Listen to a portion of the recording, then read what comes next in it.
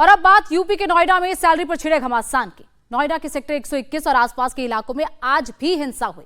उपद्रवियों ने पुलिस पर पथराव किया और बसों में तोड़फोड़ भी की। अब यूपी सरकार हिंसा के बाद एक्शन में आ गई। नोएडा उपद्रव पर यूपी सरकार ने बड़ा फैसला लिया। उपद्रवियों को चिन्हित कर उनसे वसूली की जाएगी। सरकारी संपत्ति को नुकसान का हर्जाना उनसे ही वसूला जाएगा। नोएडा में सैलरी बढ़ाने को लेकर आज भी उपद्रव हो रहा है। नोएडा के सेक्टर 121 में भीड़ ने पुलिस पर हमला किया, बसों में तोड़फोड़ की। नोएडा पुलिस अब उपद्रवियों को घरों से उठा रही है। लोगों से घरों से बाहर ना निकलने की अपील की जा रही है। चप्पे चप्पे पर पुलिस बल तैनात है और फ्लैग मार्च किया जा रहा है ताकि पूरी सिचुएशन पर कंट्रोल किया जा सके। नोएडा के सेक्टर 121 में हुए उपद्रव के बाद अब पुलिस एक्शन मोड में आ गई है। नोएडा पुलिस ने उपद्रवियों को घरों से निकालकर अरेस्ट करना शुरू कर दिया है। उपद्रवियों ने पुलिस पर पथराव किया। इसके बाद अब पुलिस एक्शन मोड में है। ग्राउंड जीरो से हमारे सहयोगी कुमार सोनू की ये रिपोर्ट देखिए। इस वक्त हम सेक्टर 121 नोएडा में मौजूद है। यहाँ पर आप देखें तो जो लॉ एंड ऑर्डर है उसको मेंटेन करने के लिए लगातार पुलिस जो है इस वक्त सड़कों पर है। इससे यहाँ पर ठीक अब से कुछ देर पहले जो है पत्थरबाजी हुई थी पुलिस बल के ऊपर। जो महिला पुलिसकर्मियों की गाड़ी है उसमें तोड़फोड़ की गई थी। अब पुलिस जो है तमाम उपद्रवियों को पकड़ने के लिए एक्शन मोड में है। तस्वीरें आपको हम दिखा दें, अंदर की घर के अंदर की तस्वीरें हैं। यहाँ पर किसी को भी जो है बाहर खड़े होने की इजाजत नहीं है। और आप देखें किस तरीके से जो है पुलिस जो है इस वक्त एक्शन मोड में है और लगातार पुलिस बल पे जो पत्थरबाजी हुई उसको अब उसके बाद जो है पुलिस अब जो उपद्रवी हैं उन्हें पकड़कर जो है लेकर जा रही है। तो तस्वीरें आप देख सकते हैं, सेक्टर 121 नोएडा की तस्वीरें हैं और पुलिस जो है वो एक्शन मोड में है। और आपको तस्वीरें दिखा दें, इधर भी कहीं भी किसी को भी कोई लॉ एंड ऑर्डर बिगाड़ने की परमिशन नहीं है। आप तस्वीरें देखें, इधर की तरफ भी तमाम जो एंटी रॉयड गियर है वो पहनकर पुलिस जो है इस वक्त काम कर रही है ताकि किसी भी तरीके से लॉ एंड ऑर्डर को जो है मेंटेन रखा जा सके। जो उपद्रवी हैं उन्हें जल्द से जल्द जो है पकड़ा जा रहा है ताकि उन पर एक्शन हो सके। सेक्टर 121 में पुलिस अब पूरे इलाके में दुकानों को बंद करा रही है। बालकनी में खड़े लोगों को हटाया जा रहा है। पुलिस फोर्स इलाके में तैनात है ताकि कोई भी माहौल खराब करने की कोशिश ना कर सके। सेक्टर 121 में हुई पत्थरबाजी के बाद पुलिस एक्शन मोड में है। तमाम जो दुकानें हैं वो बंद कराई जा रही हैं। जो लोग बालकनी में खड़े हैं, अपनी अपनी छतों पर खड़े हैं, उन्हें जो है घर के अंदर जाने के लिए यहां पर पुलिस कह रही है। दरअसल अब से कुछ देर पहले नोएडा के सेक्टर 121 में पुलिस के ऊपर पत्थरबाजी हुई। पुलिस की जो गाड़ी है उसमें तोड़फोड़ की गई, उसमें पत्थरबाजी की गई, जिसके बाद अब तमाम जो पुलिसकर्मी हैं वो एंटी रॉयड गियर पहनकर इस वक्त सड़कों पर हैं और लगातार यहाँ पे तमाम जो दुकानें हैं वो बंद कराई जा रही हैं। और आप देखें ये तमाम बालकनी में जो लोग खड़े हैं, छतों पर जो लोग खड़े हैं, उनको भी अंदर जाने के लिए कहा जा रहा है। दरअसल जो मजदूरों का पूरा प्रदर्शन चल रहा था उसको लेकर जो है तमाम यहाँ पर लोग इकट्ठा हो रखे थे और अब जो है भीड़ को जो है तितर बितर किया जा रहा है। हल्का फुल्का बल का प्रयोग करते हुए तमाम लोगों को जो है सड़कें और गलियां खाली करने के लिए कहा जा रहा है। दरअसल लगातार नोएडा में इसी तरह की जो छुटपुट अभी हिंसक घटनाएं हैं वो हो रही हैं। हालांकि पुलिस जो है इस पूरे मामले की जांच में जुटी हुई है। वहीं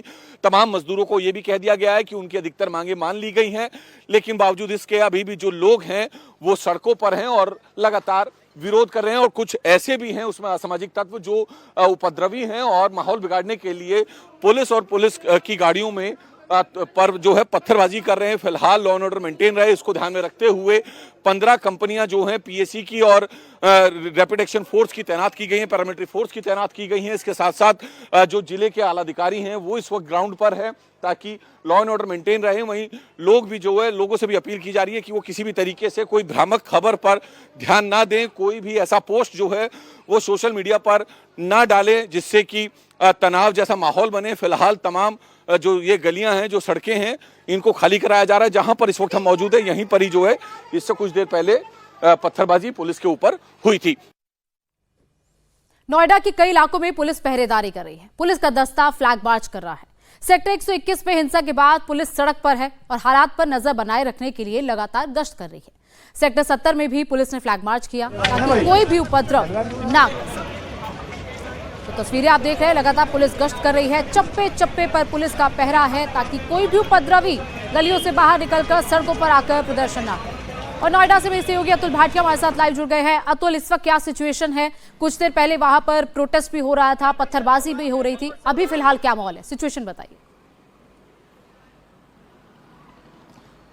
देखिए गोनिका, अभी स्थिति सामान्य है। यहाँ पर आप देखेंगे कि पूरे तरीके से अब नॉर्मल जो है वो यहाँ पर चीजें शुरू हो चुकी हैं। और जिस तरीके से ये कियो काउंटी सोसाइटी है उसके बाहर ये पूरा हंगामा शुरू हुआ। बस तोड़ी गई थी जिसके अंदर पुलिसकर्मी मौजूद थे और उसके बाद यहाँ पर पुलिस के ऊपर पथराव होता है, पुलिस बल प्रयोग करती है। उसके बाद कई लोगों को यहाँ पर हिरासत में लिया गया है। लेकिन अब से जो 2 से ढाई घंटे पहले की स्थिति थी अब उससे बिल्कुल अलग है। स्थिति पूरी तरीके से नॉर्मल है। आप देखेंगे सामने ये गांव है जहां से भीड़ आई थी और अभी आप देखेंगे कि दूर दूर तक जो दुकानें हालांकि बंद है, क्योंकि जिस तरीके से भीड़ इकट्ठा हुई और उसके बाद पुलिस के ऊपर पथराव होता है, पुलिस की बस तोड़ी जाती है। लेकिन अभी स्थिति पूरी तरीके से सामान्य है। आप देखेंगे सामने फल फ्रूट्स की दुकान जो है वो भी यहां पर लग चुकी है। तो अभी जिस तरीके से पथराव हुआ पुलिस के ऊपर, उसके बाद पुलिस ने बल प्रयोग किया, लाठीचार्ज किया, आंसू गैस के गोले छोड़े और अब धीरे धीरे स्थिति जो है वो यहां पर सामान्य होती जा रही है। जो पुलिस के टॉप सोर्सेज है नोएडा में गोनिका, उनका यह कहना है कि उनको यह जानकारी मिली है कि इसमें जो पथराव पुलिस के ऊपर किया इसमें कई बाहरी लोग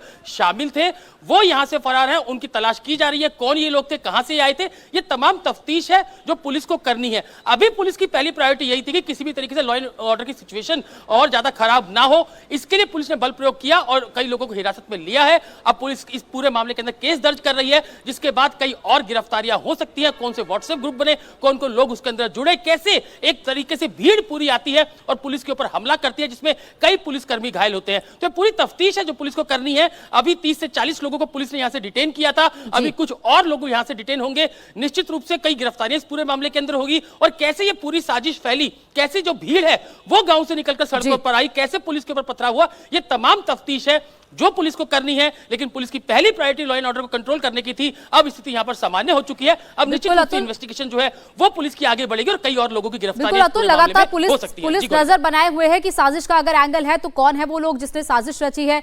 इसके साथ साथ लोगों से भी अपील की जा रही है लोग अफवाहों पर ध्यान ना दें। अमित, लेकिन जो मांग थी लोगों की वो की सैलरी बढ़ाई जाए, 1 से 3 हजार रुपए की बढ़ोतरी की गई है। अब क्या मांगे हैं? आपकी कुछ लोगों से बात हुई, वो क्या कह रहे हैं? क्या अभी ज्यादा सैलरी बढ़ाने की मांग कर रहे हैं? कुछ और मांगे जो लगभग 5 मांगे रखी गई थी, क्या उन पर अभी अड़े हुए हैं? अभी क्या सिचुएशन उन लोगों की है, वो क्या कह रहे हैं? देखिए गोनिका, यहाँ समझना होगा कि यहाँ पर जो पूरी घटना हुई है, जैसा अतुल भी बता रहे थे आपको और साथ ही कुमार सोनू भी बता रहे थे, दरअसल यहाँ पर आने के बाद पता लगा कि ये जो मामला है ये फैक्ट्री के मजदूरों का नहीं है, ये मामला है मेड्स का।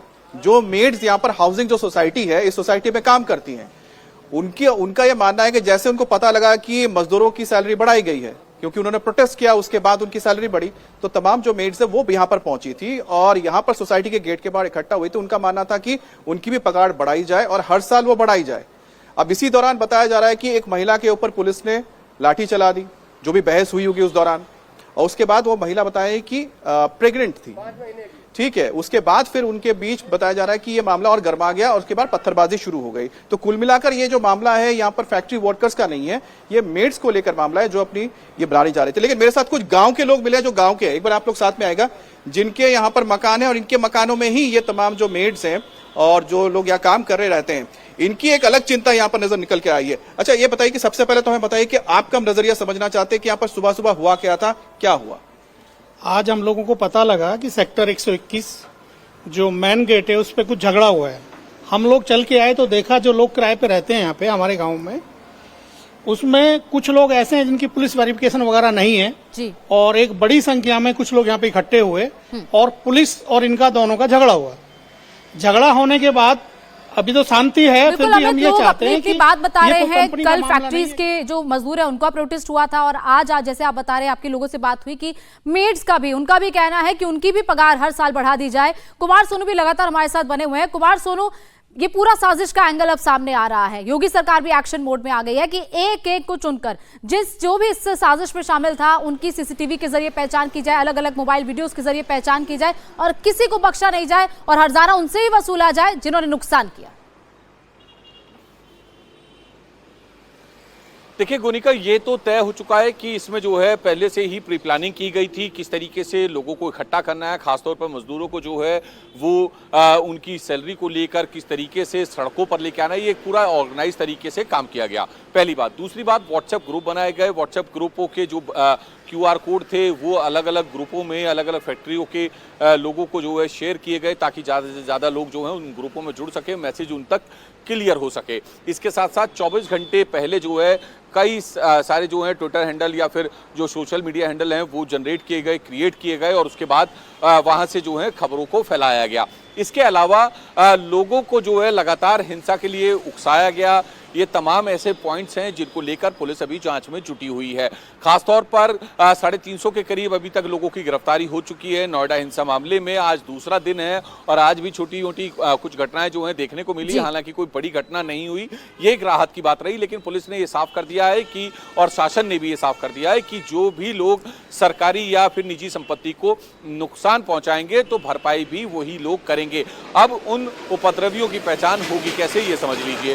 सबसे पहले तो जो इलाके में सीसीटीवी कैमरे लगे हैं उन सीसीटीवी कैमरों की फुटेज के आधार पर उपद्रवियों की पहचान की जाएगी। इसके बाद जो मोबाइल वीडियो लगातार सोशल मीडिया प्लेटफॉर्म्स पर सर्कुलेट किए जा रहे हैं उनके जरिए जो है पहचान की जाएगी। पुलिस भी जो है मोबाइल वीडियो के जरिए उनकी पहचान करेगी। इसके साथ साथ जहां पर भी पुलिस की का एक्शन होता है या फिर उसको डिप्लॉय किया जाता है वहां पर जो है पुलिस के साथ एक उनका अपना हैंडीकैम भी लेकर जो है बिल्कुल सोनू, अलग अलग तरीकों से पहचान की जाएगी, किसी को बख्शा नहीं जाएगा। और जिस तरीके से ये पूरी साजिश की गई नोएडा, शांत नोएडा को भड़काने की, इस समय देखना होगा कि किन किन की गिरफ्तारियां होती है और क्या क्या इस पूरी जांच पे आगे सामने आता है। बहुत बहुत शुक्रिया आप सबका हमारे साथ जुड़ने के लिए।